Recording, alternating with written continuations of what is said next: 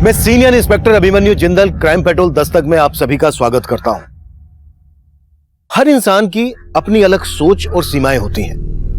अंग्रेजी में कहावत है, where ignorance is bliss it is folly to be wise. यानी जो इंसान ज्ञान से अनजान होता है वो अपनी मूर्खता को ही अपना ज्ञान समझ बैठता है। लेकिन सब कुछ जानते हुए भी अनजान बने रहना, नाइंसाफी को यह सोचकर नजरअंदाज कर देना कि वक्त हर घाव को भर देगा, हमेशा सही साबित नहीं होता।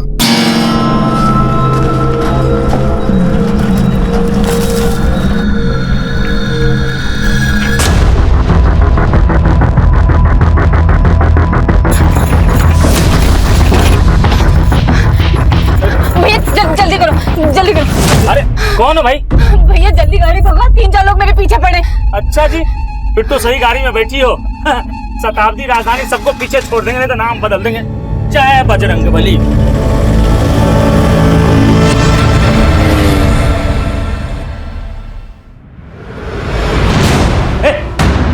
मेरे भाई की लाश कहाँ है? मेरे भाई की लाश कहाँ है? मेरे भाई की लाश छोड़ो छोड़ो छोड़ो, क्या कर रहे हो? छोड़ो, क्या कर रहे हो? क्यों कर रहे हो? मुझे मेरे भाई की लाश चाहिए। तो भैया रहे नहीं, ऊपर से तुम लोग मुझे गलत लाश पकड़ा रहे हो। अरे इसे क्या देख रहे हो? यहाँ का इंचार्ज है, इसी ने सब कुछ किया होगा।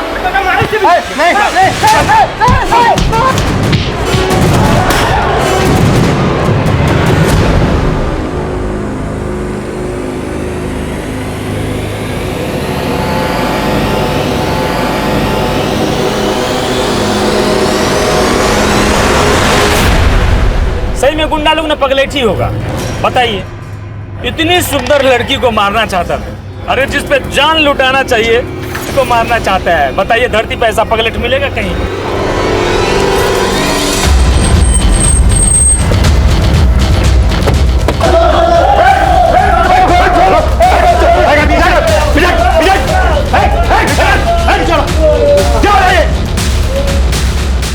देखिए ना सर, ये लोग मारपीट कर रहे हैं यार। सर, इन्होंने मेरे भैया की लाश बदल दी। लाश बदल दी मतलब? सर, मेरे भैया नरेश का सोना रोड पे मर्डर हुआ था। मर्डर? हाँ साहब, एक टेम्पो उन्हें उड़ा के चला गया था। पहले बोले डेथ एक्सीडेंटल है, और अब जब हम अंतिम संस्कार के लिए बॉडी लेने आए तो ये लोग हमें गलत बॉडी दे रहे हैं। विवेक क्या कह रहा है तू? फिर नरेश भैया जिंदा है। आप कौन? सर, ये मेरी भाभी है, नरेश भैया की बीवी।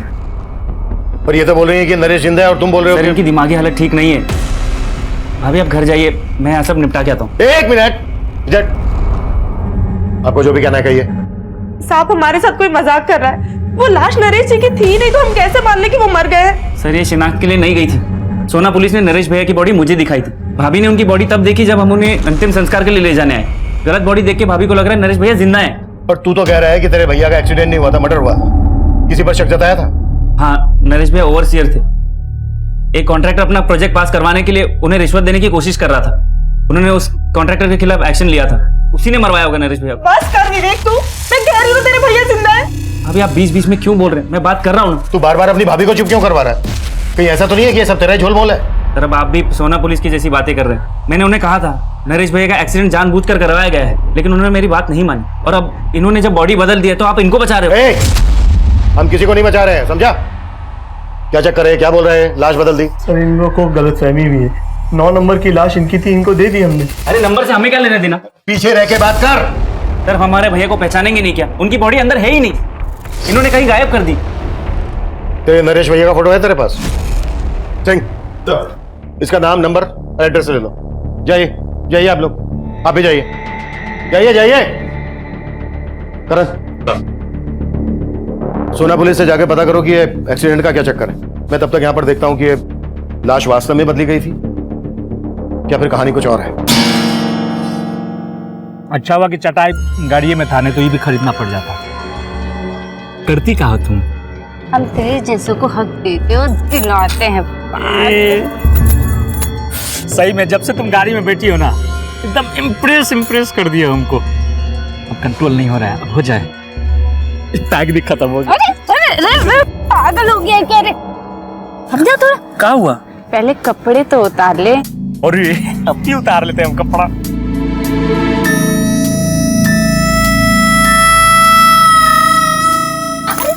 तो अब क्या हुआ? मुझे भी तो कपड़े उतारने दे। अरे तो जल्दी उतारो ना, जल्दी उतारो, जल्दी उतारो। ए, अरे कपड़ा लेके कहाँ जा रही हो? ले आ साले, बहुत हक चाहिए था ना तुझे। अब देखी तुझे हक, कुत्ता कमीना कहीं का। मेरी इज्जत लूटना चाहता था तू, मेरी इज्जत। लूट कहाँ रहे थे? हक तो तुम ही दे रही थी ना, हम मांगने गए थे हक। अब आ बाहर कमीना तू। ले कमीना कुत्ता कहीं का साला। साला क्वार्टर पी के चली गई है।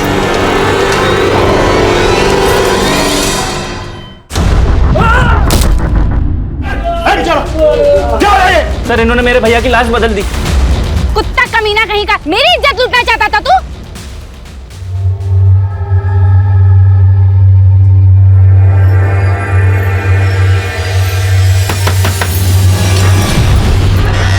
हाँ बोलिए।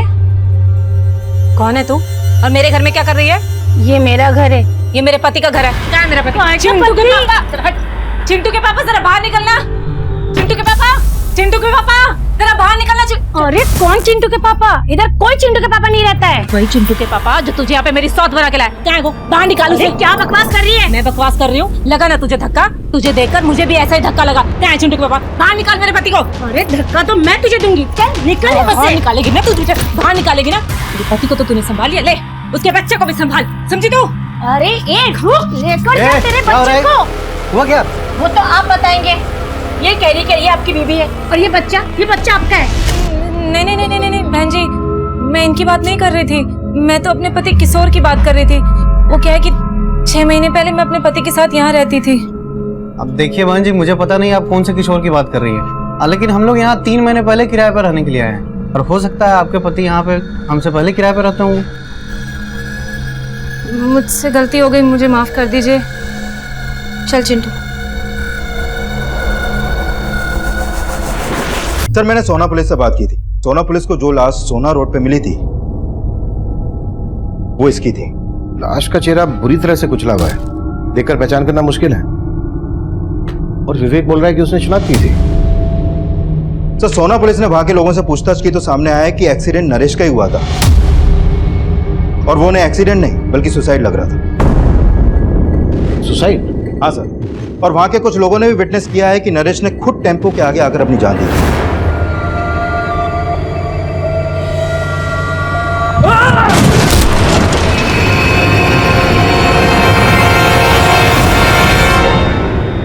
एक तरफ सोना पुलिस को कई ऐसे आई विटनेस मिले थे जिन्होंने नरेश को सुसाइड करते हुए देखा था, वहीं दूसरी तरफ नरेश का छोटा भाई विवेक बोल रहा था कि नरेश का मर्डर हुआ था और नरेश की पत्नी मालती का मानना था कि नरेश मरा ही नहीं, जिंदा है।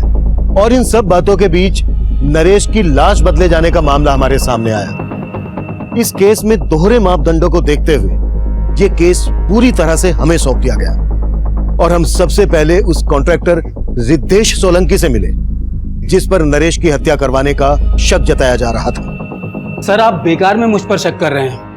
नरेश की मौत से मेरा कोई लेना देना नहीं है। हमने पता किया है, तुमने नरेश को रिश्वत ऑफर की थी अपना प्रोजेक्ट पास करवाने के लिए। सर हर कॉन्ट्रैक्टर ऐसा नहीं होता है। आप पहले नरेश के बारे में पता तो कीजिए। वो दिमाग से खिसका हुआ है, दिमाग की बीमारी की दवाई भी लेता था। अच्छा सर मैं झूठ नहीं बोल रहा हूँ, गुस्सा तो उसकी नाक पे चढ़ा रहता था और मैंने तो बस मिठाई का डब्बा उसको भेजा था। उसे लगा कि उस डिब्बे में पैसे हैं और बस इसीलिए उस प्रोजेक्ट से उसने मेरा पत्ता साफ कर दिया। और तुमने उसी को साफ कर दिया? सर ये आप क्या कह रहे हैं? वहां पर सभी लोगों ने देखा था कि उसने सुसाइड की थी और सर इस तरह आप मुझ पर ब्लेम नहीं कर सकते हैं। किसने क्या कहा, किस मकसद से कहा, ये हम इन्वेस्टिगेट कर रहे हैं और अगर कुछ भी मिला ना तेरे खिलाफ तो अगली मुलाकात रिमांड रूम में होगी और वहां पता चलेगा कि टॉर्चर क्या होता है। चल निकल चल। करण ये कह रहा है कि नरेश की दिमागी हालत ठीक नहीं है। नरेश का भाई विवेक कह रहा है कि उसकी भाभी की दिमागी हालत ठीक नहीं है। दोनों को दिमागी प्रॉब्लम। नरेश का हमें स्टेटमेंट ऑफ माइंड समझना होगा। नरेश के भाई विवेक पर भरोसा नहीं कर सकते। एक काम करो, नरेश की बीवी को थाने बुलाओ। सर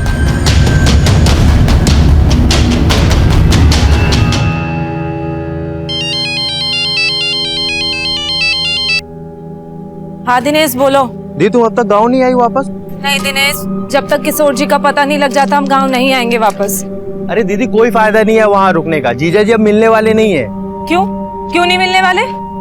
अरे दीदी, उनने अपना पता बदल दिया और तुम्हें बताया तक नहीं। अब कैसे उन पर भरोसा कर सकती हो? मैं बोल रहा हूँ वो तुम्हें धोखा देके गायब हो गए। अब वहाँ भटकने का कोई फायदा नहीं है, चुपचाप गाँव वापस लौट आओ।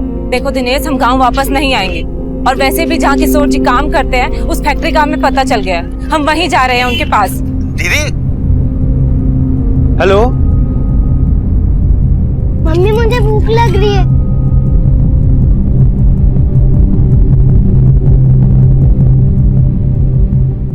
ये देखो तुम्हारा पसंदीदा चाइनीज।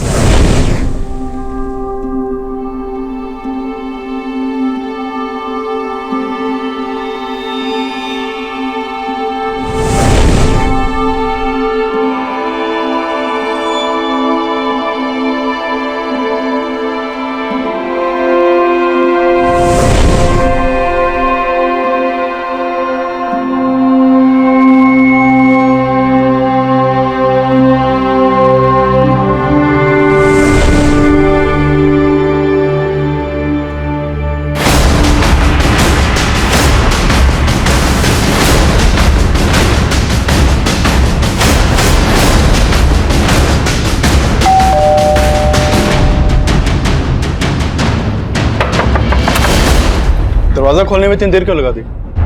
वो मैं कपड़े धो रहा था, लेकिन आप यहाँ? नरेश भाई की लाश मिली आपको? भाभी कहाँ है तुम्हारी? उन्हें थाने लेके चलना है, सर कुछ बात करना चाहते हैं। भाभी तो गांव चली गई। गांव चली गई? कब? आज सुबह। उनकी हालत बहुत बिगड़ती जा रही थी, इसीलिए उन्हें मायके भेज दिया। 2-4 दिन में आ जाएंगी। लेकिन आपने बताया नहीं, नरेश भैया की लाश मिली आपको? वो हम पता लगा रहे हैं, लेकिन जब भी तुम्हारी भाभी आ जाए उन्हें थाने लेके आ जाना।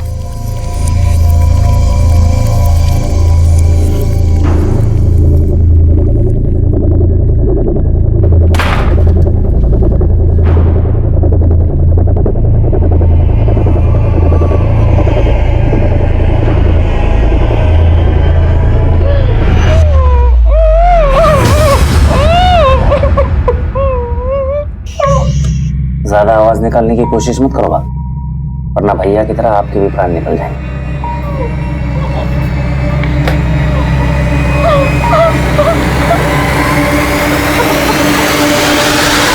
Excuse me sir. सर, मैंने हॉस्पिटल के मॉर्ग का रिकॉर्ड स्टडी किया। सर, उस रिकॉर्ड के मुताबिक वहां पर 9 लाशें थी, जिसमें से 1 लाश नरेश की फैमिली को सौंप दी गई। सर, उस दौरान उस लाश के अलावा कोई और लाश मॉर्ग रूम से बाहर गई नहीं। सर, इसीलिए वो बोल रहे हैं कि नरेश की लाश किसी और लाश से बदल जाए। ऐसा हो ही नहीं सकता। हो सकता है उन्होंने लाश बदली और किसी वजह से छुपा रहे हैं।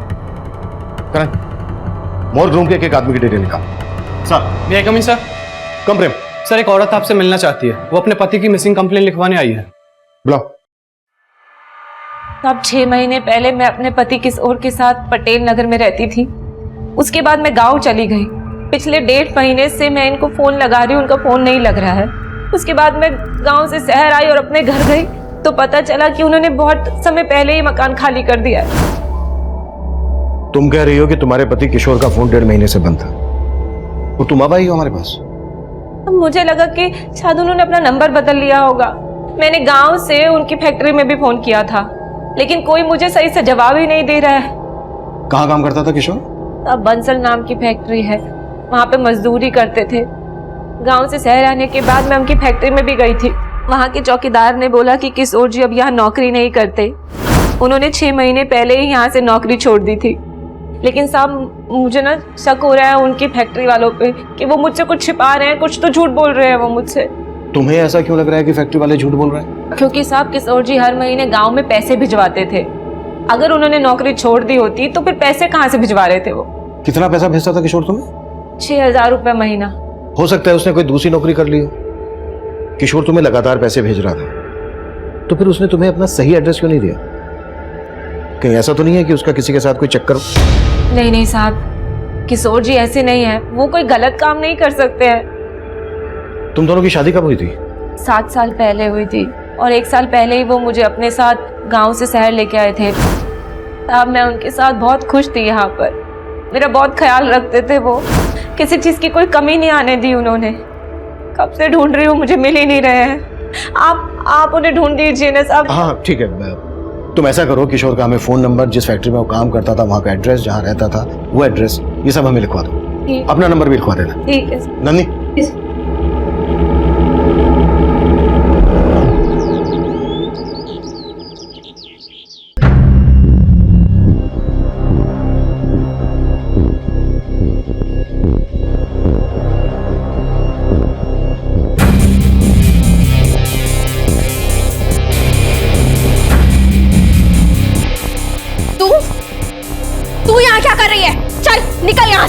अरे कहाँ हुआ खुशबू?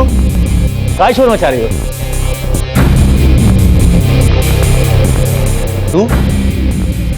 तू यहाँ क्या कर रही है?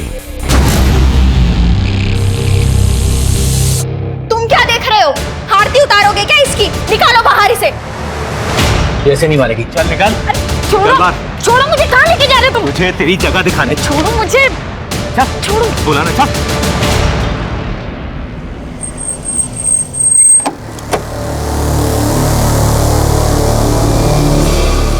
बंसल।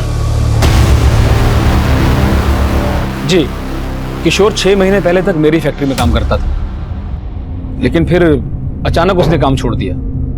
यहां से काम छोड़ने के बाद उसने कहां पर काम किया? अब ये तो मुझे पता नहीं, पर हाँ मेरे मैनेजर ने बताया कि वो अपनी आखिरी महीने की तनख्वाह भी लेकर नहीं गया। कितनी तनख्वाह थी उसकी? यही 6,000 रुपए, बाकी लेबर की तरह। 6,000 रुपए? इतने ही पैसे हर महीने वो अपनी बीवी को भेजता था, फिर अपना खर्चा कैसे चलाता होगा? तो वो बहुत जुगाड़ी आदमी था।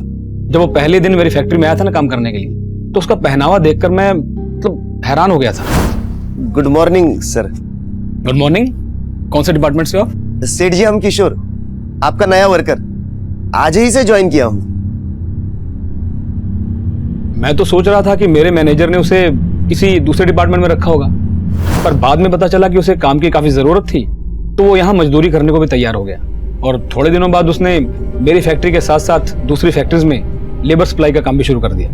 यहाँ किसी के साथ उसका कोई लड़ाई झगड़ा हुआ था? जी हाँ, लड़ाई तो हुई थी।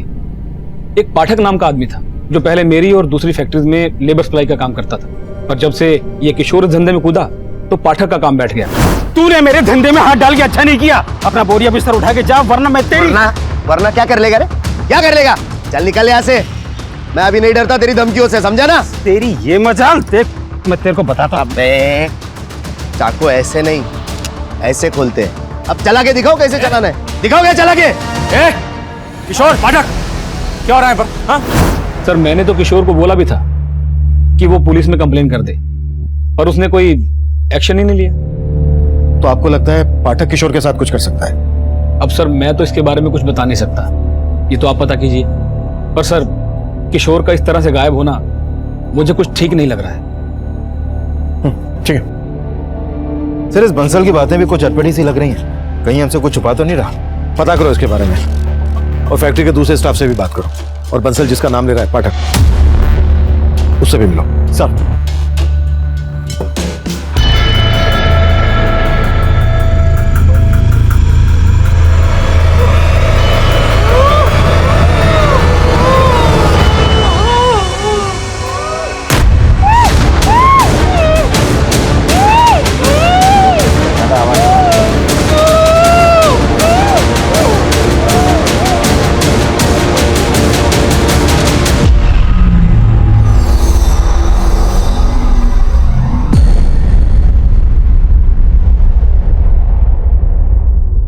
दीदू फालतू में जीजा जी के लिए आंसू बहा रही है।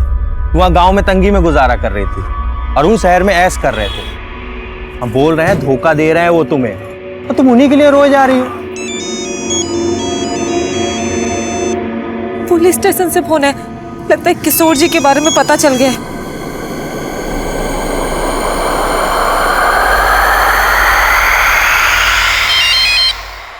हाँ सिंह। सर, मैंने पाठक के बारे में पता किया। वाकई किशोर से उसका 36 का आंकड़ा था। उठा लाओ। सर, वो काफी दिन से गायब है। सर, गुरुग्राम रेलवे स्टेशन के पास उसकी एक दुकान है, लेकिन दुकान भी काफी दिन से बंद पड़ी है। किशोर फिलहाल कहाँ रह रहा था, कुछ पता चला? सर, उसका मोबाइल नंबर उसके पुराने एड्रेस पे रजिस्टर्ड है, लेकिन सर वो घर उसने 6 महीने पहले ही छोड़ दिया था। किशोर अपनी वाइफ को हर महीने पैसे ट्रांसफर करता था। उसके बैंक अकाउंट से उसका एड्रेस पता करो। ओके? जय हिंद सर। जय हिंद। सर, मैंने किशोर की बीवी से बात की। वो पाठक क्या पाठक के काम से जुड़ी कोई भी बात नहीं जानती है। नरेश की बीवी आने वाली थी, कब आ रही है? हाँ सर, विवेक ने बोला तो था कि वो कल गांव से आने वाली है। और सर, इस मॉग इंचार्ज के बारे में भी कई बातें पता चली हैं। जैसे? उसके कॉल रिकॉर्ड में एक सस्पिशियस नंबर मिला है जो कई दिनों से बंद है। किसका नंबर है? सर, वो नंबर इस महेश नाम के लड़के का है। इसके घर में भी ताला लगा है। और सर, मैंने इस मॉग इंचार्ज के घर पे भी नजर रखवाई थी। सर, इसका लिविंग स्टैंडर्ड काफी हाई है। जितनी आमदनी नहीं है उससे ज्यादा तो खर्चे हैं इसके। मैंने भी नोटिस किया था, काफी महंगा स्मार्टफोन था उसके हाथ में। वॉच, चेन सब पहने थे। एक मॉर्ग इंचार्ज के पास इतना पैसा, कुछ तो है जो ठीक नहीं है। करण, उठा लो और तोड़ो। सब बोलता हूँ सब बोलता हूँ साहब। दरअसल मैं लाश बेचने का धंधा करता हूँ साहब। जो लावारिस लाश मेरे मॉर्ग में आती है, जिनकी शिनाख्त नहीं होती, सरकार हमें उनके क्रियाक्रम करने के 5,000 रुपए देती है। वो पैसे मैं जेब में रख लेता हूँ और लाश बेच देता हूँ साहब। किनको बेचता वो लाश? प्राइवेट मेडिकल कॉलेजेस को साहब। वो रिसर्च करने के लिए लाश खरीद लेते हैं। ये नरेश की लाश कहाँ है? वो गलती से मेडिकल कॉलेज चली गई, वहां दूसरी लाश जानी थी। कौन सी लाश? महेश नाम का एक लड़का है जो मुझे वो लाश सप्लाई करता है जिनका कोई रिकॉर्ड नहीं होता। कुछ दिनों पहले उसे एक लाश मिली थी जिसे मैंने 10,000 रुपए में खरीदा। महेश का मिलेगा अभी? सर वो पता नहीं, जब से उसे इन सब का पता चला है तब से वो गायब हो गया सब। हॉस्पिटल चल के वो लाश हमें दिखा अभी। और हाँ, उस मेडिकल कॉलेज का नाम क्या है?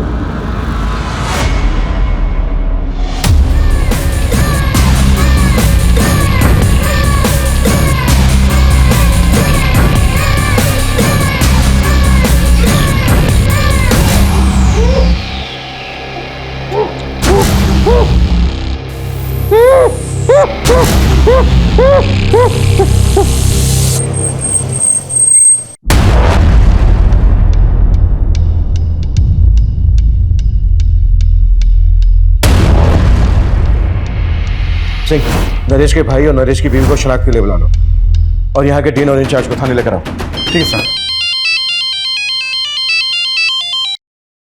हाँ करण। सर, महेश ने जो लाश मॉर्ग इंचार्ज को दी थी मैंने उसको देखा अभी, तो मुझे लग रहा है ये लाश शायद किशोर की हो सकती है। What? सर बस मुझे लग रहा है, आई एम नॉट श्योर, क्योंकि इस लाश का चेहरा भी बुरी तरह बिगड़ा हुआ है, लेकिन इसकी कद काठी कुछ किशोर से मिलती है। तुरंत बायोमेट्रिक करके पता करो। और किशोर जहाँ रह रहा था पता चला? हाँ सर, उसका एक दूसरा एड्रेस मिला बैंक से। ठीक है, उसके एड्रेस पे जाके देखते हैं।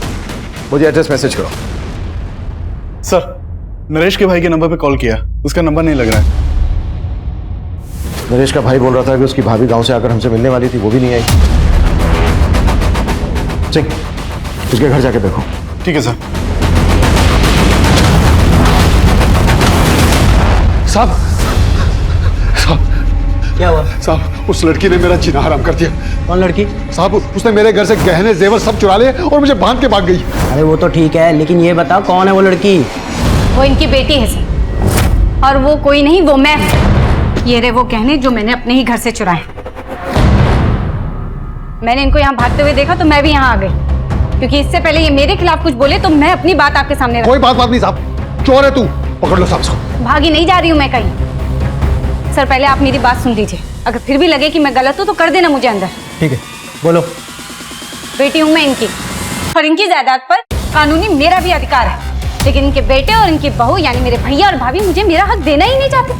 कहते बाप की संपत्ति में बेटी का कोई हक ही नहीं होता। और जब मैंने कहा कि मैं कोर्ट का दरवाजा खटखटाऊंगी तो मेरे इस बाप और जो घर में बैठा है भाई, इन दोनों ने मेरे साथ बहुत ज्यादती की।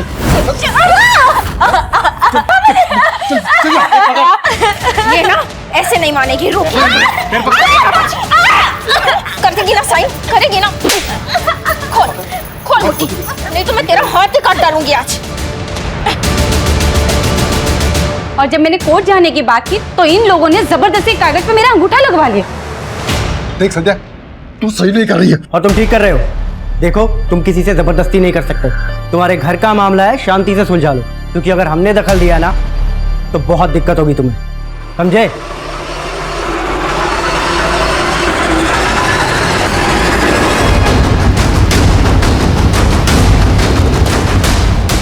सर, यही किशोर का घर है, लेकिन पड़ोसियों से पता चला है कि कई दिनों से यहाँ पे ताला लगा है।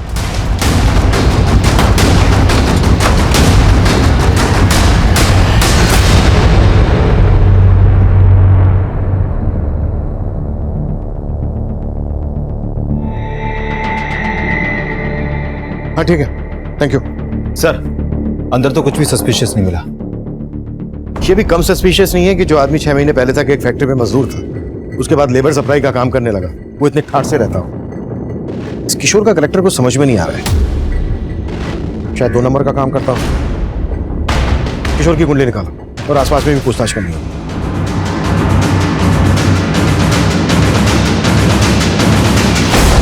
किशोर क्या करता था ये तो नहीं मालूम मुझे, लेकिन काफी धाकड़ आदमी था। लोग महंगी महंगी गाड़ियों से आते थे यहाँ। किशोर के साथ यहाँ कोई और भी रहता था? फिलहाल तो वो अकेला रहता है, लेकिन कुछ टाइम पहले उसकी बीबी भी यहीं रहती थी।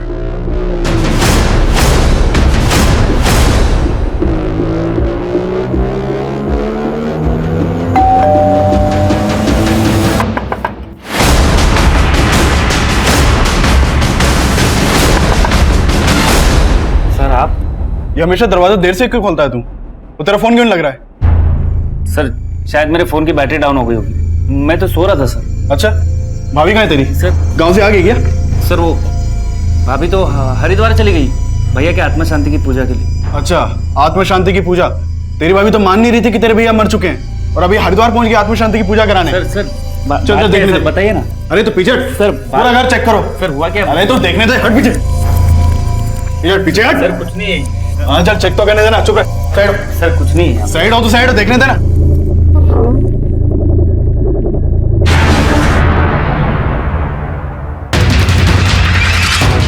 मालती, नंदिनी जल्दी आओ। पकड़ इसको।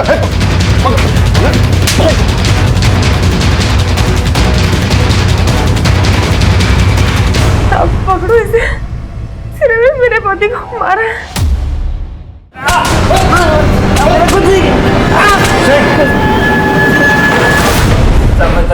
चल बोल। कुछ नहीं किया साहब। कुछ नहीं किया? साहब मैंने कुछ नहीं किया साहब, मैंने कुछ नहीं किया। सिंह, उल्टा लटकाओ इसको। साहब रुको साहब बता रहा हूँ, सच बता रहा हूँ साहब। चल बोल। अब मैंने सच्ची अपने नरेश भैया को नहीं मारा, लेकिन हाँ उनकी मौत के बाद उनकी जायदाद का लालच हो गया था मुझे। लेकिन मौज वालों ने गलत बॉडी दी थी, मैं तो वो लाश लेके भी चला देता, लेकिन भाभी बोलने लगी वो लाश नरेश भैया की नहीं है। लेकिन तूने अपनी भाभी को किस मकसद से बंधक बना के रखा था? अब भाभी पहले से ही पागल थी और उस दिन के तमाशे के बाद मेरा दिमाग खराब हो गया था। मैंने सोचा उन्हें दबा दे के पूरा पागल कर दूं और खुद अकेले सारी संपत्ति का मालिक बन जाऊं। हो सकता है इसी मकसद के लिए तूने अपने भाई का एक्सीडेंट करवाया हो। नहीं साहब, इसमें मेरा कोई हाथ नहीं। मेरा यकीन कीजिए, मैंने अपने भैया को नहीं मारा।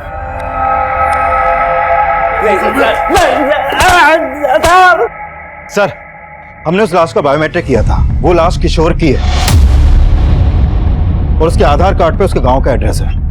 यानी अब यह कंफर्म हो गया है कि किशोर का मर्डर हुआ है और वो लाश जो महेश ने मॉर्ग इंचार्ज को दी थी वो किशोर की थी।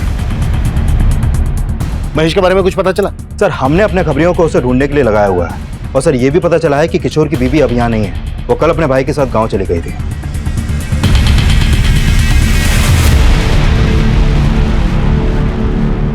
दीदी, खैर जो हुआ सो हुआ, भूल जाओ। हमको तो बस एक ही बात का डर है, अगर पुलिस वालों को उन बातों का पता लगा ना तो सिर्फ हम पर नहीं आप पर भी शक करेंगे। इसीलिए हम मना किए थे, मत जाओ पुलिस वालों के पास।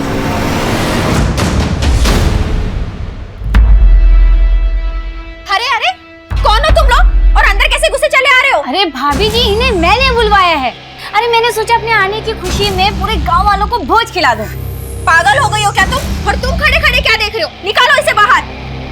अरे ये मुझे नहीं निकाल सकते।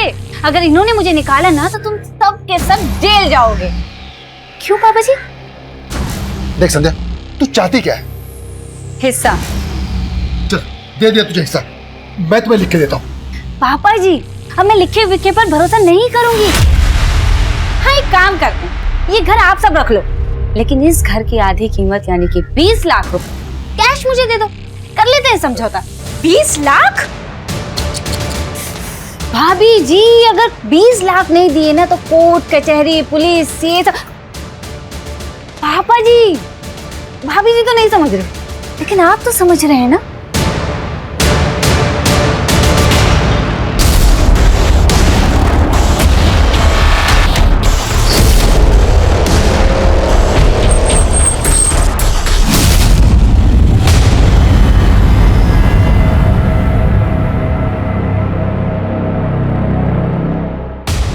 हमें तो पहले ही लग रहा था कि किशोर के साथ कुछ ऐसा ही हुआ होगा। तो तुम मान रही थी कि किशोर का मर्डर हुआ था? इसे जानती हो? कौन है ये? हमें शक है कि किशोर के मर्डर में इसका हाथ है, लेकिन किशोर को मरवाने में दिमाग किसी और का है। सर किसकी बात कर रहे हैं आप? हमें यह भी पता चला है कि किशोर गुरुग्राम में एक आलीशान बंगले में रह रहा था अपनी बीवी के साथ। बीवी के साथ? सर,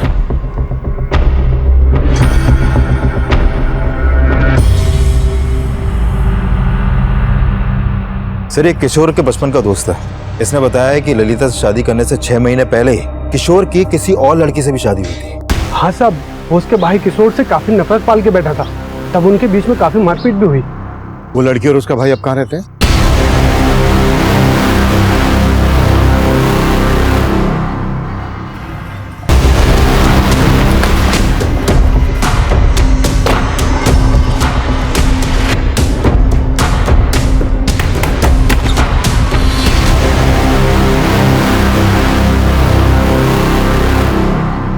दिए थे हम धमकी किशोर को। मेरी बहन से दूर रहना, मैं जान से मारेंगे तेरे को। ये चल। उसके बावजूद वो हमारी बहन को भगा ले गया। लेकिन सर इस बात को सालों बीत चुके हैं, अब ये सब क्यों पूछ रहे हैं आप?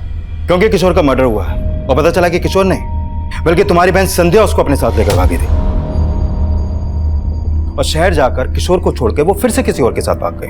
और अभी 6 महीने पहले वो वापस किशोर की जिंदगी में आई और अभी रिसेंटली उसको किशोर के साथ गुरुग्राम के एक घर में देखा गया और उसी के बाद हमें किशोर की लाश मिली। कहाँ है संध्या?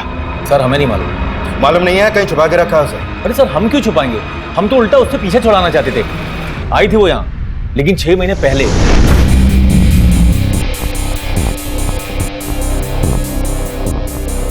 और आकर हमें ही चूना लगा गई।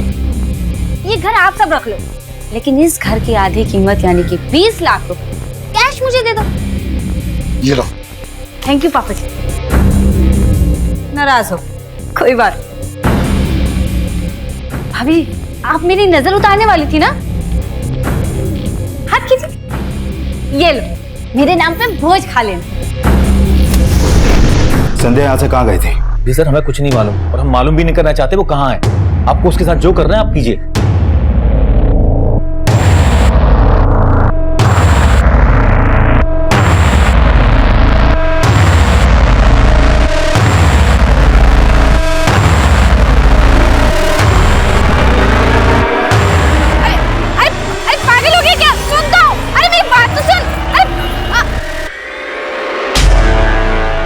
सर संध्या के भाई और फादर से उसका एक नंबर मिला था जो काफी दिनों से बंद है।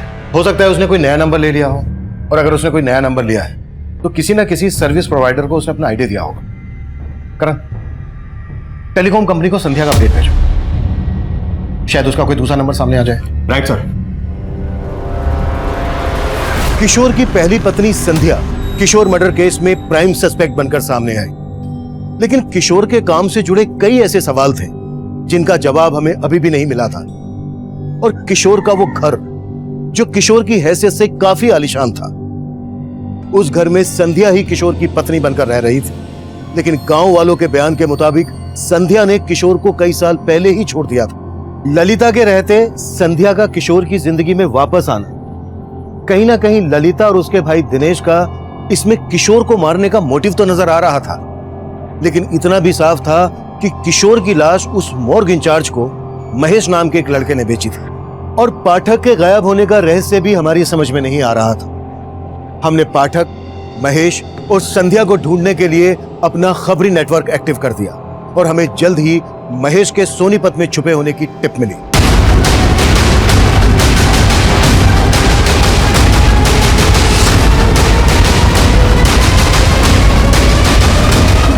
साहब मैंने कुछ नहीं किया साहब मैंने कुछ नहीं किया साहब मैंने किशोर को नहीं मारा।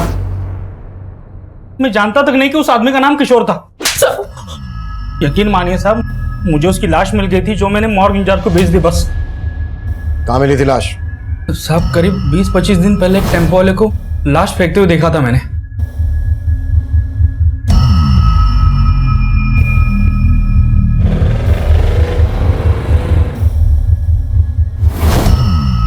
कौन था टेम्पो वाला? नंबर बोल टेम्पो का। साहब वो नंबर नहीं देख पाया, वहां पे बहुत अंधेरा था। ऐसे नहीं बोलेगा ये। कुटास! साहब मैं सच बोल रहा हूँ साहब मैं सच बोल रहा हूँ साहब मैं सच बोल रहा हूँ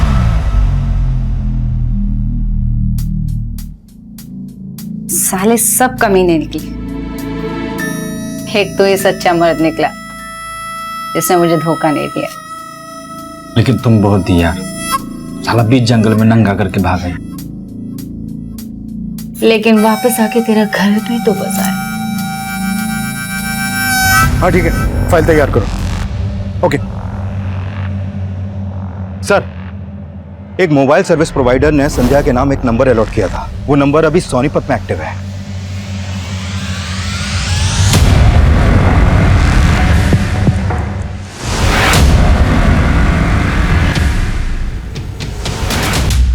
बच्चा देगी हमको। बोलना कितने बच्चे चाहिए तुझे? एक टेम्पू बाहर खड़ा है उसके लिए और एक दूसरा लोन पे लेने वाले हैं। बस दो, हम दो, हमारे दो।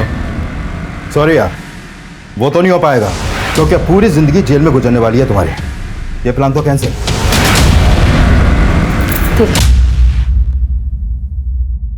मैंने किशोर को प्यार के जाल में नहीं फंसाया सर, बल्कि सच तो यही कि मैं उससे बहुत प्यार करती थी, लेकिन उसके दिल में मेरे लिए प्यार नहीं। उसके लिए मैंने अपना घर छोड़ा, उससे भागकर शादी की, और उस कमीने ने मुझे कोठे पे बेच डाला। मुझे नहीं जाना, छोड़ जिंदगी बर्बाद कर दी। छोड़, मुझे नहीं जाना, मैं मुझे नहीं जाना। पूरे 7 साल नरक की जिंदगी जी है मैंने सर। फिर 6 महीने पहले मैं किसी तरह वहां से भाग निकली।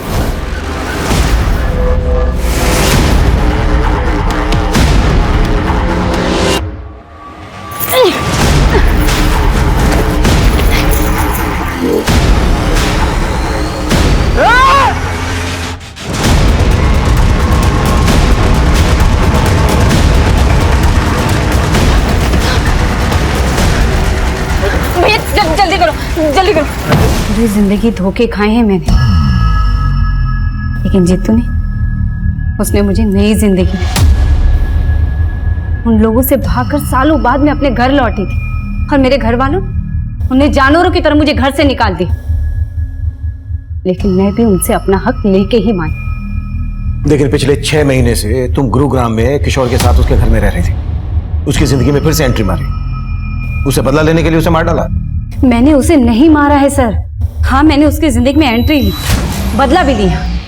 उसने मुझे बेचा था, मैंने भी उस कमीने को 10 लाख में बेच डाला। बेच डाला? किसे बेच डाला? हाँ, मैं उससे बदला लेना चाहती थी, इसीलिए झूठ के सहारे मैंने उसकी जिंदगी में एंट्री मारी।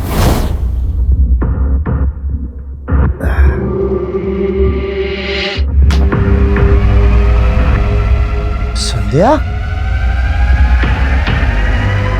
प्रिया क्या कर रही है? तूने मेरी किस्मत बिगाड़ी थी ना, लेकिन मैं तेरी किस्मत संवार सकती हूँ। अच्छा?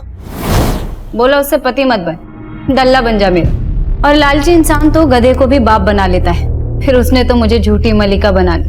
अपने बाबू लोगों को खुश करने के लिए मेरे साथ सुलाने लगा। लेकिन किशोर को किसे बेचा तुमने, ये बोलो। उसके बॉस बंसल को। कायल था वो मेरा, लेकिन अब सहा नहीं जा रहा, बहुत हो गया। इसलिए एक दिन, बंसल जी, मेरी माँ की बहुत तबीयत खराब है, मुझे 10 लाख की बहुत जरूरत है, प्लीज कर दीजिए ना। अब इतने प्यार से बोलोगे तो इंतजाम तो करना पड़ेगा मेरी जान। आप कितने अच्छे हैं ना। और फिर बंसल मेरी बातों में आ गया। बड़ी आसानी से उसने 10 लाख रुपए मुझे दे दिए, और फिर मैंने अपना रंग बदल दिया। संध्या, कहाँ है तू? तू मेरा फोन क्यों नहीं उठा रही? संध्या, तुझे पता है ना तेरे बिना मेरा। आपको आपकी तन्हाई मुबारक हो बंसल साहब, अब मैं नहीं आऊंगी। मतलब तू मेरा 10 लाख रुपए लेके चंपत हो गई? अरे 10 के बदले किशोर भी तो दिया है, उसे रख लो। संध्या, संध्या मेरी बात सुन।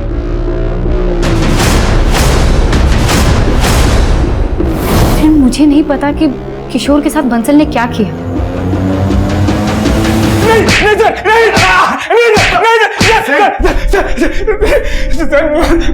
मैंने किशोर को नहीं मारा सर। अच्छा? सर, उसकी बीवी मेरे 10 लाख रुपए लेके भाग गई थी सर। तो मैंने उसे अपना कुत्ता बना लिया था सर।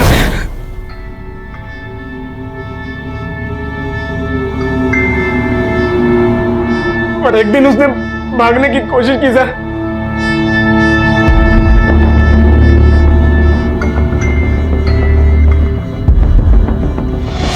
किशोर, ए किशोर,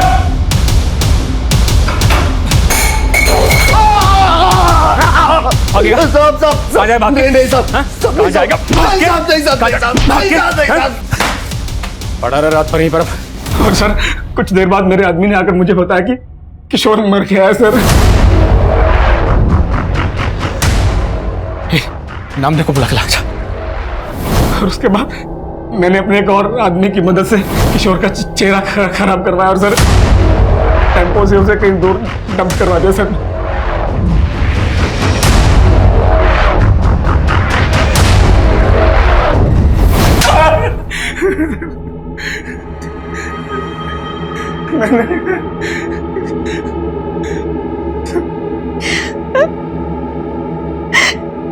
किशोर जी मेरे साथ भी यही सब करते थे।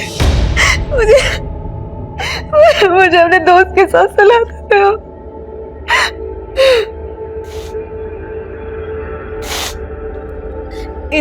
इन सब चीजों से थक कर मैं शहर से गांव भाग गई थी। ये बात तुमने हमें पहले क्यों नहीं बताई?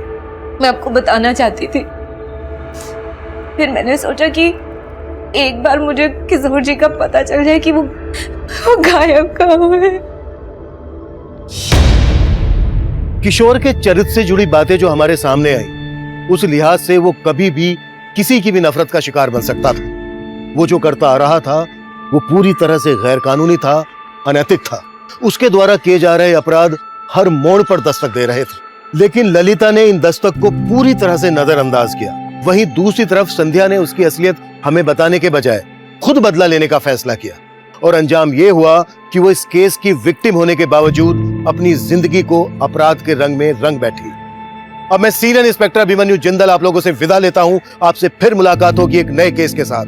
देखते रहिए क्राइम पेट्रोल दस्तक। मकसद बताना नहीं, बचाना है।